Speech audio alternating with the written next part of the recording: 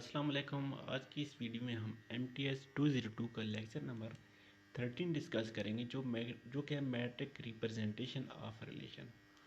तो इसमें जो हमारे पास अब तक हमने जो रिलेशन पढ़े हैं उन रिलेशन की हम मैट्रिक्स रिप्रेजेंटेशन को पढ़ेंगे, कौन को कैसे रिप्रेजेंट कर सकते हैं। तो हमारे पास सबसे पहले एक्सरसाइज है जी। एक्सरसाइज में हमें दिए गए suppose R and S are binary relation on A. R और S हमें दो रिलेशन दिए गए हैं सेट A के ऊपर। तो अब हमने प्रूव ये करना है, अगर R और S दोनों अगर रिफ्लेक्सिव हैं तो R इंटरसेक्शन क्या रिफ्लेक्सिव होगा। बी पार्ट में हमने प्रूव करना है, अगर R और S जो दोनों हैं वो सिमेट्रिक हैं तो R इंटरसेक्शन S जो है वो सिमेट्रिक होगा। सी पार्ट में अगर R और S ट्रांजिटिव हैं तो R इंटरसेक्शन S ट्रांजिटिव होगा। तो ये तीन पार्ट हैं इस एक्सरसाइज इस क्वेश्चन के। सबसे पहले क्वेश्चन में हम देखते हैं R इंटरसेक्शन S जो है वो रिफ्लेक्सिव है या नहीं है। तो यहाँ पे हमारे पास हमें कंडीशन ये दी गई है कि R भी रिफ्लेक्सिव है, S भी रिफ्लेक्सिव है। तो R इंटरसेक्शन S रिफ्लेक्सिव है या नहीं है। Suppose R and S are reflexive, जो कि हमें गिवन है, then by definition of relation, तो अगर R भी रिफ्लेक्सिव है और S भी रिफ्लेक्सिव है तो लाजिम बात है R में भी तमाम पेयर बनेंगे A यानी कि सेम पेयर बनेंगे उसी एलिमेंट के साथ, और S में भी S पेयर मौजूद हैं A वाले, यानी कि हर एलिमेंट का अपने साथ पेयर मौजूद है, तभी रिफ्लेक्सिव होता है ना हमारे पास। तो अगर इन दोनों के इंटरसेक्शन लेंगे, इन दोनों के पेयर का इंटरसेक्शन लेंगे तो हमारे पास दोनों में हर एलिमेंट का अपना पेयर मौजूद है। तो इनके इंटरसेक्शन में जो एलिमेंट आएंगे उनका भी हर पेयर मौजूद होगा। तो इस हिसाब से R इंटरसेक्शन S जो है वो रिफ्लेक्सिव हो गया। देन सिमेट्रिक प्रॉपर्टी है। सिमेट्रिक प्रॉपर्टी में आपको पता है जी क्या होता है, अगर एक हमारे पास पेयर मौजूद है ए बी की सूरत में, देन हमारे पास बी ए की सूरत में अगर पेयर मौजूद हो तो वो हमारे पास सिमेट्रिक होता है। तो हमें यहाँ पे दिया गया जी R और S जो दोनों से रिलेशन है हमारे पास वो सिमेट्रिक है, और प्रूव हमने करना है R इंटरसेक्शन S जो वो सिमेट्रिक है। तो यहाँ पे आप देखें, for all A B belong to A के तमाम एलिमेंट ए बी के लिए, अगर if A B belong to R intersection S then B A belong to R intersection S. तो अगर ए बी में मौजूद हैं तो लाजमी बात है बी ए बी उसी में मौजूद होगा, तभी आर और एस जो दोनों वो सिमेट्रिक है ना। तो ये हमारे पास आर इंटरसेक्शन एस जो है वो भी सिमेट्रिक बन जाएगा। तो यहाँ पे ये क्या कह रहा है, अगर ए बी बिलोंग कर रहे हैं आर से और ए बी बिलोंग कर रहा है एस से, तो ये दोनों सेट हमारे गिवन है कि ये हमारे पास सिमेट्रिक हैं। तो लाजिम बात है इनके उलट पेयर भी इसमें मौजूद हैं, मतलब बी ए बी आर से बिलोंग कर रहा है और बी ए एस से भी बिलोंग कर रहा है। तो बी ए लाजिम बात है आर इंटरसेक्शन एस से भी बिलोंग करेगा क्योंकि दोनों में मौजूद है। तो इस हिसाब से आर इंटरसेक्शन एस जो वो सिमेट्रिक आ गया हमारे पास। देन आर इंटरसेक्शन एस जो है वो हमने ट्रांजिटिव प्रूव करना है। ट्रांजिटिव के लिए क्या होता है, अगर हमारे पास एक पेयर मौजूद है ए बी और दूसरा पेयर हमारे पास मौजूद है बी सी, तो हमारे पास तीसरा पेयर ए सी की सूरत में मौजूद होना चाहिए। आर और एस तो दोनों ट्रांजिटिव हैं तो हमारे पास इन दोनों में ये पेयर मौजूद हैं। तो अब हमें प्रूव करना है आर इंटरसेक्शन एस जो है वो ट्रांजिटिव होगा। For all A b c belong to A, if A B belong to R intersection S and b c belong to R intersection S then a c belong to R intersection S. अगर a B जो है वो इन belong कर रहा है और B C भी belong कर रहा है तो हमारे पास ए सी बी इसमें बिलोंग करना है। तो हमने ये चीज़ प्रूव करनी है। तो हम सपोज करेंगे ए बी बिलोंग कर रहा है आर इंटरसेक्शन एस से और बी सी भी आर इंटरसेक्शन एस से बिलोंग कर रहा है। तो ए बी हमारे पास आर से बिलोंग कर रहा है और ए बी हमारे पास एस से भी बिलोंग कर रहा है। इसी तरह बी सी हमारे पास आर से बिलोंग कर रहा है और बी सी हमारे पास एस से बिलोंग कर रहा है, क्योंकि ये दोनों सेट हमारे पास ट्रांजिटिव हैं। तो आर ट्रांजिटिव है तो लाजिम बात है हमारे पास ए सी जो है वो आर से बिलोंग करेगा। इस तरह एस भी हमारे पास ट्रांजिटिव है तो ए सी एस से भी बिलोंग करेगा। तो दोनों सेट में ये पेयर मौजूद है तो लाजिम बात है ए सी जो है वो आर इंटरसेक्शन एस में मौजूद होगा।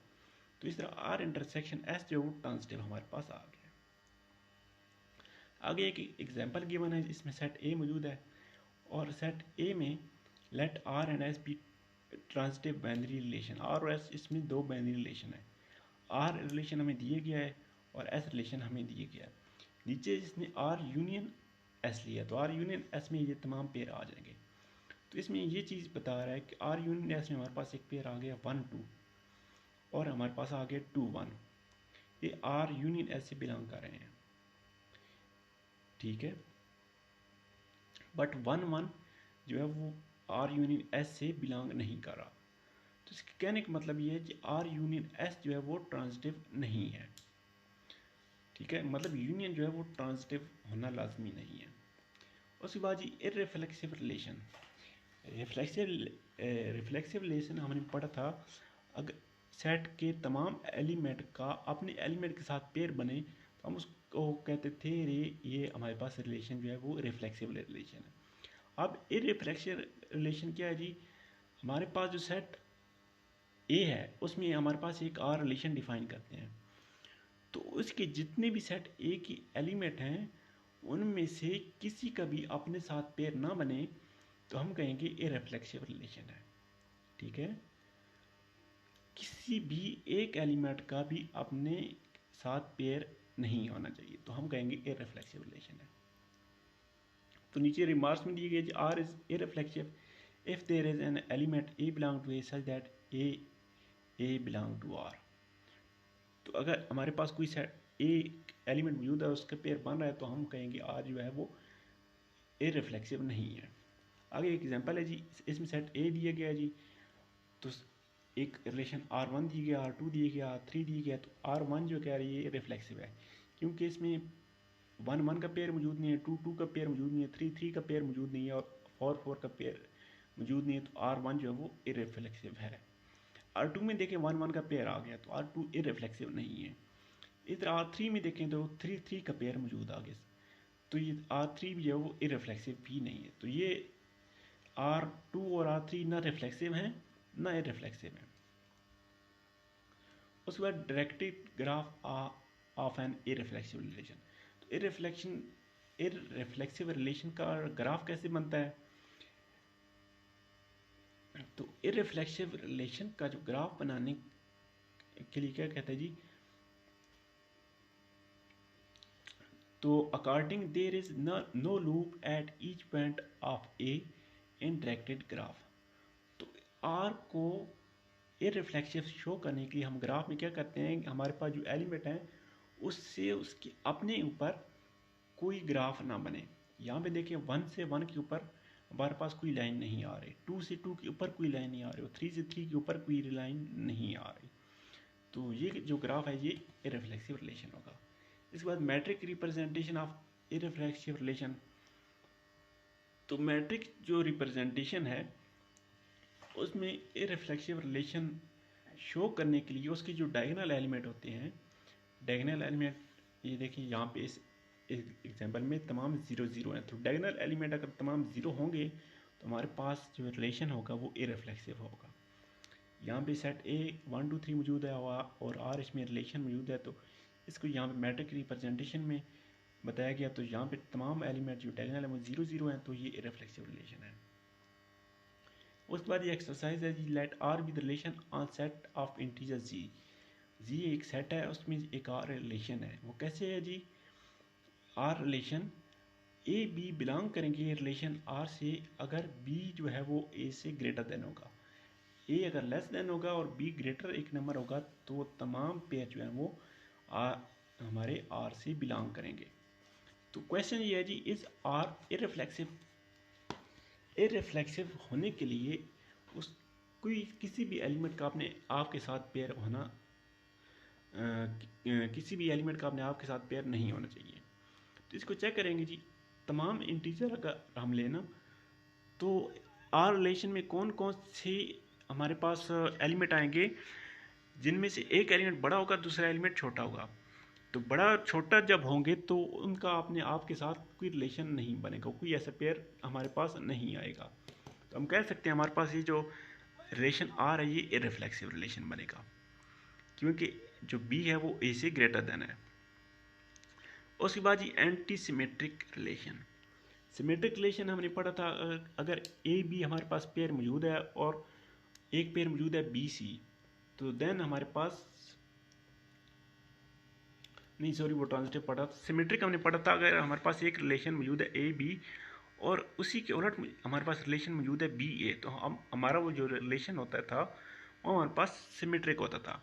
तो एंटी सिमेट्रिक कब होगा? जब हमारे पास एक पेयर मौजूद होगा ए बी और दूसरा पेयर बी ए अगर मौजूद है, इस सूरत में कि ए इक्वल टू बी है, अदरवाइज हमारे पास बी ए कोई पेयर मौजूद नहीं है, तो हमारे पास रिलेशन जो है वो एंटी सिमेट्रिक होगा।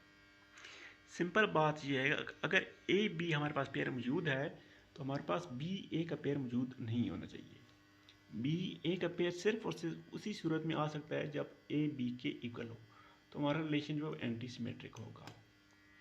रिमार्क दिया गया जी, R is not antisymmetric if there is an element A and B in A such that AB belong to R and BA belong to R, but A not equal to B। तो ये क्या कह रहा है जी, are में अगर कोई भी एक ऐसा पेयर मिल जाता है जिसका उलट पेयर उसमें मौजूद होता है, कोई एक पेयर मिल जाता है तो एंटी सिमेट्रिक नहीं होगा।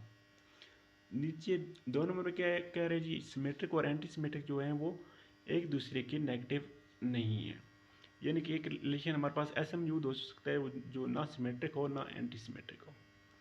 उसके बाद ये एग्जाम्पल गिवन है, इसमें सेट ए दिया गया 1 2 3 4 और R1 रिलेशन मौजूद है, R2 रिलेशन R3 और R4। तो ये क्या कह रही है, R1 is anti symmetric and symmetric. R1 जो है वो एंटी सिमेट्रिक भी है और सिमेट्रिक भी है। सिमेट्रिक कैसे है जी, इसमें 1 1 जो है वो मौजूद है, 2 2 मौजूद है, 3 3 मौजूद है, यानी कि हर एलिमेंट का अपने आप के साथ पेयर बन रहा है, तो ये सिमेट्रिक है। और ये एंटी सिमेट्रिक कैसे है जी, इसमें 4 4 का पेयर मौजूद नहीं है, तो ये जो R1 जो है वो हमारे पास एंटी सिमेट्रिक भी है। इस तरह R2 है, R2 is anti symmetric but not symmetric, ठीक है। तो ये सिमेट्रिक नहीं, सिमेट्रिक क्यों नहीं है, 1 2 इसमें मौजूद है और 2 1 इसमें मौजूद नहीं है, तो ये हमारे पास एंटी सिमेट्रिक नहीं है। इस तरह R3 रिलेशन देखें, R3 में हमारे पास 1 3 मौजूद है, 3 1 मौजूद 3 1 भी मौजूद है और 1 3 के इक्वल नहीं है। अगर 1 3 के इक्वल होता तो ये हमारे पास एंटी सिमेट्रिक होता, इसलिए ये हमारे पास एंटी सिमेट्रिक नहीं है। इस तरह R4 रिलेशन में हमारे पास 1 3 और 3 1 दोनों पेयर मौजूद हैं, लेकिन 1 3 के इक्वल नहीं है, तो ये हमारे पास एंटी सिमेट्रिक नहीं है। और ये हमारे पास सिमेट्रिक भी मौजूद नहीं है, क्योंकि 2 4 मौजूद है और 4 2 मौजूद नहीं है, तो ये हमारे पास ना R4 ना सिमेट्रिक है और ना ही एंटी सिमेट्रिक है। उसके बाद डायरेक्ट्रिक graph on anti symmetric relation. Anti symmetric relation का डायरेक्ट्रिक ग्राफ कैसे बनाते हैं जी, अगर एक एलिमेंट से दूसरे एलिमेंट के ऊपर एक लाइन जा रही है, रिलेशन जा रहा है, तो अगर वापस वो नहीं आ रहा तो एंटी सिमेट्रिक ग्राफ शो करेगा। इस तरह यहाँ से आप देखें 1 से 2 के ऊपर जा रही है और 2 से 1 के ऊपर नहीं आ रही, इधर 2 से 3 के ऊपर जा रही है और 3 से 2 के ऊपर नहीं आ रही, तो ये हमारे पास रिलेशन जो है वो एंटी सिमेट्रिक कहलाएगा। इसके बाद मैट्रिक रिप्रेजेंटेशन। तो मैट्रिक रिप्रेजेंटेशन में इसका क्या होगा जी, इसका हमारे पास अगर पहला कॉलम और पहली रो आपस में इक्वल ना आए तो हमारा जो रिलेशन होगा वो हमारे पास एंटी सिमेट्रिक होगा। यहाँ पे देखिए पहला रो और पहली कॉलम आपस में इक्वल नहीं आ रहे, तो ये हमारा जो रिलेशन है वो एंटी सिमेट्रिक है। उसके बाद पार्शियल ऑर्डर रिलेशन, हमने पहले एक रिलेशन पढ़ा है इक्वल ऑर्डर रिलेशन, उसमें क्या होता था, रिफ्लेक्सिव सिमेट्रिक और ट्रांजिटिव होते थे। अब पार्शियल ऑर्डर में रिफ्लेक्सिव एंटी सिमेट्रिक और ट्रांजिटिव होंगे। अगर ये 3 क्वालिटी मौजूद हैं, रिफ्लेक्सिव एक है, एंटी सिमेट्रिक और ट्रांजिटिव है, तो इसको हम कहेंगे ये हमारा जो रिलेशन है ये पार्शियल ऑर्डर रिलेशन है। एक एग्जांपल दी गई थी, एग्जांपल में हमारे पास एक रिलेशन R है। R कैसा रिलेशन है, R में हमारे पास x जो है वो y से लेस देन है या इक्वल टू है, तो ये हमने प्रूव करना है ये पार्शियल ऑर्डर है या नहीं है। तो सबसे पहले रिफ्लेक्सिव की प्रॉपर्टी चेक करेंगे, तो यहाँ पे हमारे पास इक्वल का साइन मौजूद आ रहा है ना, या इक्वल है या लेस देन है, तो इक्वल का साइन मौजूद है तो लाजमी बात है ये रिफ्लेक्सिव है। उस हर एलिमेंट का अपने आप के साथ पेयर बन जाएगा। उसके बाद एंटी सिमेट्रिक के लिए चेक करेंगे। एंटी सिमेट्रिक में हमारे पास अगर एक एक्स वाई हम एलिमेंट लेते हैं तो एक्स वाई से या तो लेस देन होगा या इक्वल होगा, वाई एक्स लेस देन कभी भी नहीं आएगा, ऐसे हमारे पास पेयर नहीं आएगा। तो ये हमारे पास इसलिए एंटी सिमेट्रिक की प्रॉपर्टी शो हो गई है। इस तरह ट्रांजिटिव की अगर हम एक्स वाई जी और 3 एलिमेंट लेते हैं आर से, और एक्स जो है वो वाई से लेस देन है, वाई जी से लेस देन है, और एक्स जो है वो लाजमी बात है जी से लेस देन होगा, तो इस तरह हमारे पास ट्रांजिटिव की प्रॉपर्टी फुलफिल हो गई है। तो ये हमारे पास रिलेशन जो है वो ट्रांजिटिव हो गया। उसके बाद ये एक्सरसाइज है, let A B non empty set and P A, जो हम power of A set of A से डिनोट करते हैं। तो हमारे पास एक रिलेशन है बिलोंग टू, तो ये रिलेशन हमने शो करना है कि ये पार्शियल ऑर्डर है या नहीं है। तो बिलोंग टू रिलेशन जो है वो, ये हमारे पास जो रिलेशन है इसका मतलब ये है कि ए के तमाम एलिमेंट बी में मौजूद हैं। तो एक्स इसने सेट ले लिया पावर सेट ऑफ ए का, तो पावर सेट ऑफ ए में तमाम ए के एलिमेंट मौजूद होते हैं और उनका आपस में सबसेट बन जाता, आपस में पेयर बन सकता है। तो इसलिए ये जो रिलेशन है ये रिफ्लेक्सिव है। इस तरह एंटी सिमेट्रिक प्रॉपर्टी के लिए अगर हम एक्स वाई दो हम सब सेट लेते हैं पावर सेट ऑफ ए के, अगर एक्स जो है वो वाई का सबसेट है और वाई एक्स का सबसेट है, तो वाई अगर एक्स का सबसेट है एक्स वाई का सेट है तो फिर तो ये इक्वल हो जाते हैं, अदरवाइज ये ऐसा पॉसिबल नहीं है। तो अगर इक्वल आ जाएं ए और बी तो हमारे पास एंटी सिमेट्रिक की प्रॉपर्टी हमारे पास शो हो जाती है, या तो इक्वल होनी चाहिए बी, या हमारे पास ए बी अगर मौजूद है तो बी ए मौजूद नहीं होनी चाहिए। तो ये हमारे पास एंटी सिमेट्रिक भी मौजूद है। इस तरह हमारे पास थर्ड प्रॉपर्टी है ट्रांजिटिव। तो हमने एक्स या जी 3 सबसेट लिए पावर सेट ऑफ ए के, तो अगर एक्स बिलोंग कर रहा है वाई से और वाई बिलोंग कर रहा है जी से, तो हमारे पास लाजिम बात है जो एक्स है वो जी से बिलोंग करेगा। तो ये हमारे पास ट्रांजिटिव की प्रॉपर्टी भी शो हो गई है। तो ये हमारे पास जो रिलेशन है ये हमारे पास पार्शियल ऑर्डर रिलेशन है। इसके बाद एक और एक्सरसाइज है जी, ये हमारे पास डिवाइड का साइन है, और डिवाइड का हमारे पास रिलेशन कैसे बन रहा है, ए डिवाइड करता है बी को और बी हमारे पास आ जाता है कोई भी इंटीजर के हम लें डॉट ए, तो ये हमारे पास ऐसा रिलेशन बन रहा है। तो 2 नंबर हम अगर लेते हैं ए बी, तो बी हमारे पास आ जाता है ए मल्टीप्लाई बी, ए को किसी भी इंटीजर के साथ मल्टीप्लाई करें तो बी का अगर इक्वल आ जाता है तो हमारे पास ये ऐसा रिलेशन मौजूद है। तो रिफ्लेक्सिव चेक करें, रिफ्लेक्सिव में हमारे पास अगर ए और बी दोनों 1 की इक्वल हों तो 1 1 को डिवाइड करता है, तो ये रिफ्लेक्सिव की प्रॉपर्टी हमारे पास शो हो गई है। इसके बाद एंटी सिमेट्रिक, तो एंटी सिमेट्रिक में हमने क्या शो करना है, अगर ए बी को डिवाइड करता है और बी ए को डिवाइड करता है, और अगर ए बी दोनों इक्वल हैं फिर तो ठीक है, अगर इक्वल नहीं है तो ये ए बी अगर इसमें मौजूद है और बी ए इसमें मौजूद नहीं होना चाहिए। लाजिम बात है अगर ए बी को डिवाइड करता है तो बी ए को डिवाइड कभी भी नहीं करेगा, तो ये हमारे पास एंटी सिमेट्रिक भी होगा। तो ये बड़ा आसान से यहाँ पे प्रूव है, आप इसको देख सकते हैं। इसके बाद ट्रांजिटिव है, ट्रांजिटिव इस तरह है, अगर ए बी को डिवाइड करता है और बी सी को डिवाइड करता है तो लाजिम बात है ए सी को भी डिवाइड करेगा। उसके बाद एक रिलेशन हमारे पास आर मौजूद है सेट ऑफ इंटीजर जी के ऊपर, तो हमारे पास वो रिलेशन कैसा है, बी इक्वल आ जाता है ए की पावर आर के।